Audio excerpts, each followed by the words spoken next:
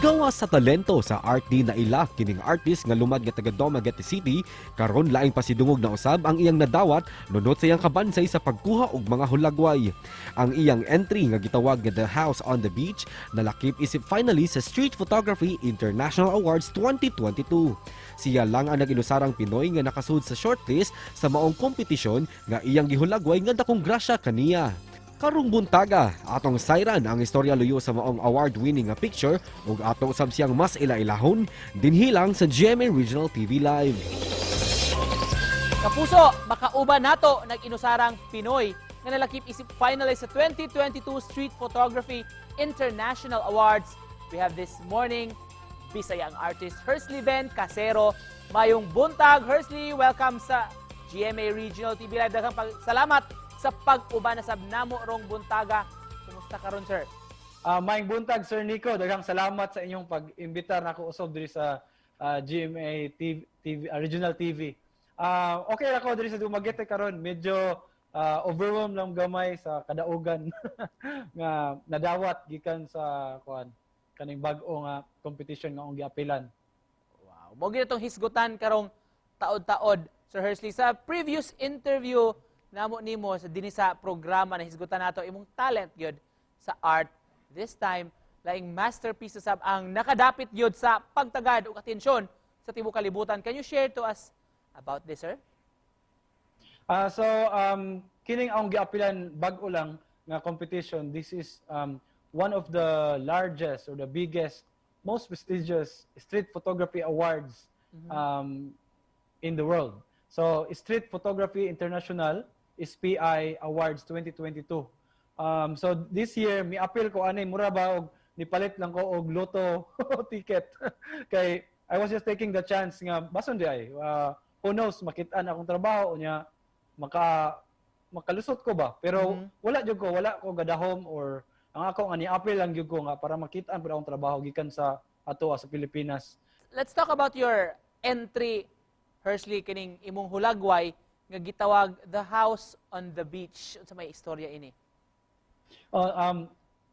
About what you told me a while ago, sir, na nakadawat og reward para nako gyud, sir, rewarding gyud nga hitabo kay kaning The House on the Beach nga photo dili lang ni kausa nako siya nga giadto didto nga location.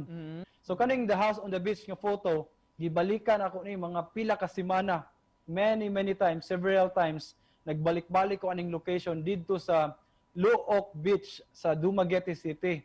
Kay nakakita ko aning karaan nga balay nga murag og distinct kay siya kay modern na biyon tata pero mura siya fisherman's house pero kana bang dagko kay mga karaan nga kahoy nga gihaligi.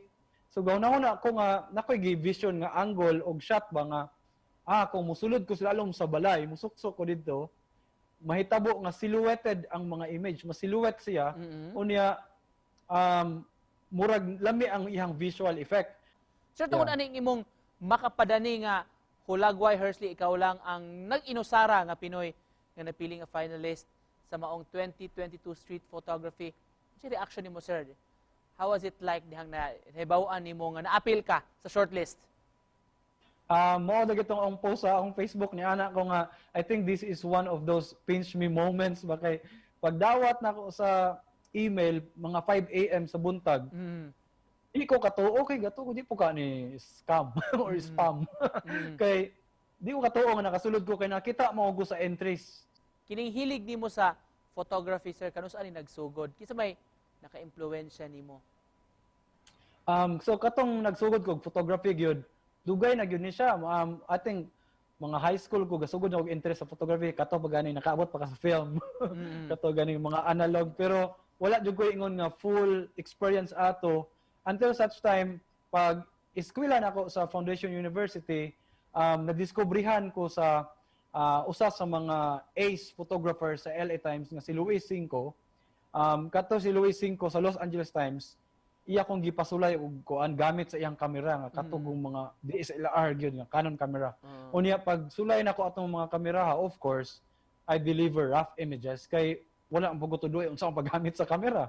Kay kana laging baryo tagikan. Anyway, nahitabo ato nga istorya paglantaw ni Sir Luis nga ako mga shots underexposed, overexposed, Pero naa siya nakitaan nga medyo sparks ba. Ningon siya nga, uy, Ma-improve. may balo man ka mo compose. Isip mo sa ka photographer Hersley, unsa may katuyuan nimo, unsa may intention nimo sa pagkuha og mga hulagway labi na kining street photography? Ang ako yung usas mga intention kay para nako lumalabay lang tang tanan diri sa kalibutan. Ako, ikaw, ang atong mga kaila, atong pamilya, ganahan ko mo pabilin og mura bag bahandi through photos. Isip pa na pos, sir, mensahe nimo nga buot nimong i-share pod sa atong mga kapuso nga naglantaw karon. Ang akong mas-share kay katong mga ganahan sa photography, especially sa street photography kay this is trending nga mga siya gyud. Daghan na kayong street photography ron.